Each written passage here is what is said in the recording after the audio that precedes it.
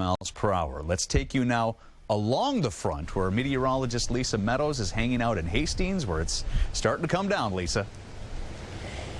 This is just the perfect moment right here. It is right now pushing on in. Now we are just ahead of the front because, this about 2 seconds ago said 80 degrees and now it's already just dropped down to 77. So that front is pushing in right now. Dew point was close to 70 just less than a minute ago. Now we're back to 64. That heat and humidity before the front pushes in, and you get this. This is what's coming in here in Hastings.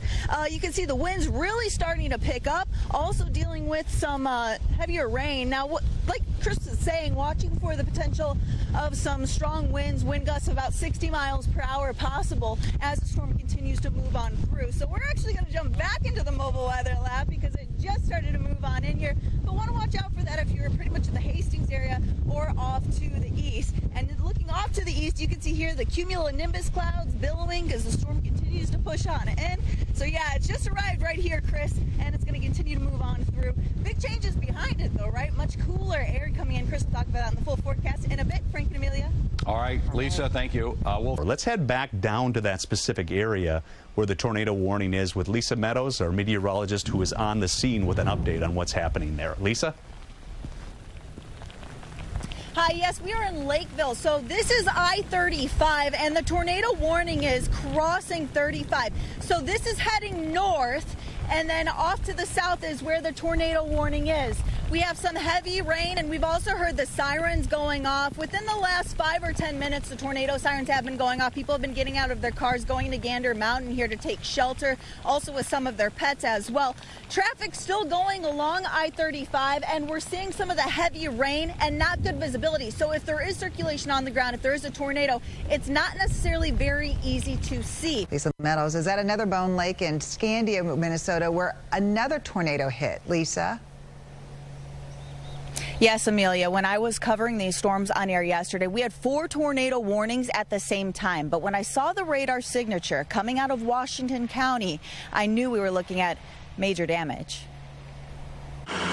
It was pretty significant damage up here. Yesterday afternoon, a tornado-warned storm formed near Hugo, moved northeast through Forest Lake, where a firefighter reported a tornado before it hit Scandia. I was watching out the window, and all of a sudden debris just started flying by. It was about 5 p.m. Reports of damage came in near the Bone Lake area. Just a lot of wind and a lot of rubble hitting the house. You know, I can't really tell you when my deck and roof flew off. The storm winds were so strong they completely snapped off the tops of these trees, and there's a lot of damage to roofs in the area. From what we could see, it was significant. We saw trees as big as 30 inches that have been pushed over. Logan Engstrom's grandfather's house has significant damage. It was like a shaded house. You never even would have saw it like on the lake. It was so covered up like you were in the woods, but now it looks just open. You can actually see it on the lake. It's just a lot different view. It's like shocking.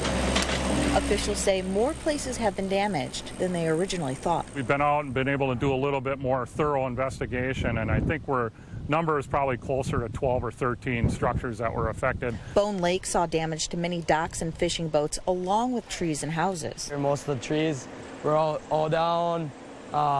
We saw the fish house. It was over here. It went from about 100 yards from the neighbor's house over here, knocked off the fence. And most of the trees were on top of the house. But in true Minnesota spirit, neighbors have been out all day helping neighbors who say it's all a big mess, but no one got hurt and everything's replaceable. And as Chris is going to tell you, the good news is we do have a nice little dry streak to help with the cleanup. Lisa, it's always bizarre to hear the chainsaws and people cleaning up the damage, and it looks so peaceful there with the sunshine. Yeah, another